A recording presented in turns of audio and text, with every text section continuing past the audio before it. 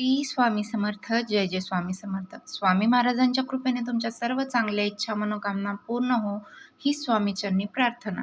ज्योतिषशास्त्रामध्ये तिथी, ग्रह, नक्षत्रांना विशेष महत्त्व आहे. मान्यतेनुसार काही वार आणि तिथी नक्षत्र विशेष संयोग तयार होतात. मान्यतेनुसार हे संयोग विशेष ठरतात. असाच एक खास संयोग म्हणजे गुरुपुष्यामृत संयोग. याला गुरुपुष्य नक्षत्र असंही म्हणतात. पंचांगानुसार अश्विन कृष्ण अष्टमीला तिथीला गुरुवारी 24 ऑक्टोबर म्हणजे आजच्या दिवशी गुरुपुष्यामृत योग आहे. तर हा अतिशय शुभ संयोग मानला जातो. दिवाळीपूर्वी हा संयोग जुळून येत असल्याने या संयोगाचे विशेष महत्त्व आहे.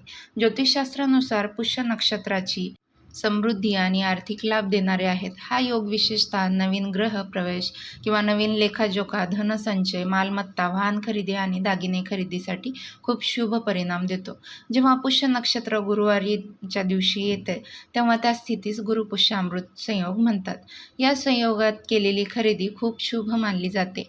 आपण या संयोगामध्ये अगदी एखादी वस्तू जर खरेदी केली, मग वाहन असेल किंवा सोनं असेल तर ते आपल्याला कधी विकावे लागत नाही किंवा सोनं असेल तर ते कधी मोडावे लागत नाही. त्यामुळे आपण या नक्षत्रामध्ये काही वस्तू देखील घरामध्ये वस्तूंची खरेदी देखील करायची आहे. तसेच या नक्षत्रामध्ये आपल्याला काही उपाय व काही सेवा देखील करायच्या आहेत.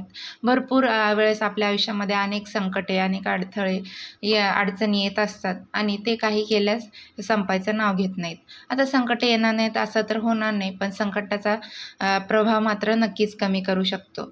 तर आपल्याला तसेच आपण मेहनत तर घेत असतो, पण आपल्या मेहनतीला कष्टाचं फळ मिळत नाही आणि आपल्याला पाहिजे तसं फळ मिळत नाही. आपल्या कष्टाला नशिबाची साथ मिळत नाही. तसेच प्रत्येक आईवडिलांची इच्छा असते की आपल्या मुलाची देखील प्रगती व्हावी, मग अभ्यासात असेल किंवा नोकरीत असेल. प्रत्येक क्षेत्रामध्ये त्यांना यश मिळावे, पण मुलं अभ्यास करतात, त्यांना पाहिजे तसे मार्क्स मिळत नाहीत आणि त्यांचे अभ्यासामध्ये लक्ष लागत नाही. घरात आजारपण सतत चालू असतं. तर या सर्व समस्या दूर होण्यासाठी आपल्याला गुरुपुष्यामृत योगा दिवशी काही उपाय करायचे आहेत.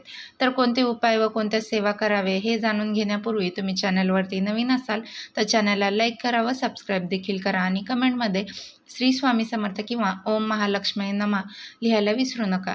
गुरुपुष्यामृत योगा दिवशी आपण सकाळी लवकर उठायचे आणि लवकर उठल्यानंतर आपल्याला त्या दिवशी आपल्या आंघोळीच्या पाण्यामध्ये चिमूटभर हळद टाकायची आहे.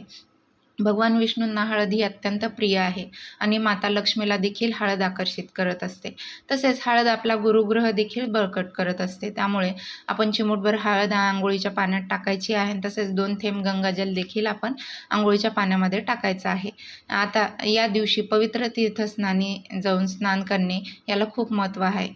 पण आपल्या अशा ठिकाणी जाणे शक्य होत नाही, म्हणून आपण घरीच आपल्या पाण्यामध्ये 2 थेंब गंगाजल टाकायचं आहे आणि आता या 2 वस्तू आपण अंघोळीच्या पाण्यामध्ये टाकून आपण अंघोळ करायची आहे आणि अंघोळ करताना आपल्याला एका मंत्राचा जप देखील करायचा आहे किंवा या वस्तू टाकत असताना आपण हा मंत्र जप करू शकता.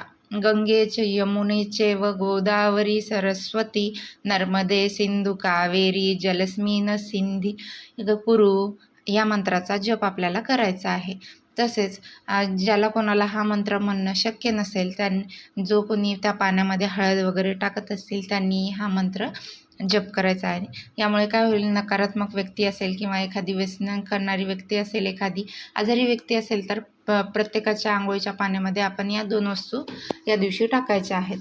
तर त्यानंतर आंघोळ झाल्यानंतर आपण पिवळे रंगाचे वस्त्र परिधान करायचं आणि पिवळ्या रंगाचे वस्त्र नसतील तर पिवळा रुमाल तुम्ही सोबत ठेवायचा आहे.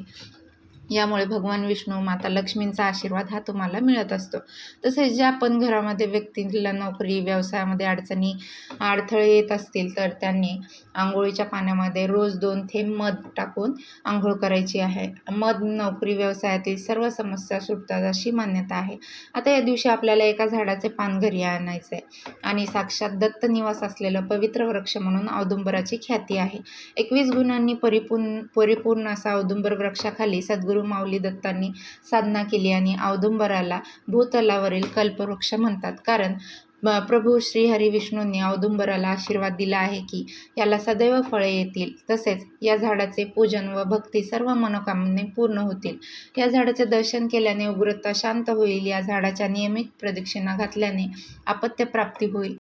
औदुंबराच्या सेवेने तर आपल्या औदुंबराचे झाडाखाली जायचं आहे आणि आता जिथे पण जवळपास औदुंबराचा वृक्ष असेल, शक्यतो जिथे पाणी जास्त प्रमाणात असतं तिथे औदुंबर वृक्ष असतं, किंवा तुम्ही मंदिराच्या बाहेर देखील औदुंबर वृक्ष असते तिथे देखील जाऊ शकता. आणि आपण एका तांब्या भरून पाणी घ्यायचं आणि त्यात थोडंसं कच्चं दूध टाकायचं आणि तसेच त्यामध्ये आपण थोडीशी हळद टाकायची आहे. आता हे तांब्या भरून पाणी आपल्याला औदुंबर वृक्षाजवळ घेऊन जायचं आहे आणि औदुंबराला आपण हे पाणी घालायचं आहे.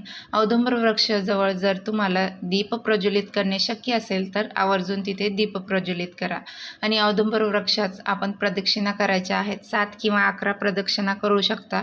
दिगंबरा दिगंबरा श्रीपाद वल्लभ दिगंबरा या मंत्राचा जप करत आपल्याला औदुंबराला प्रदक्षिणा घालायच्यात.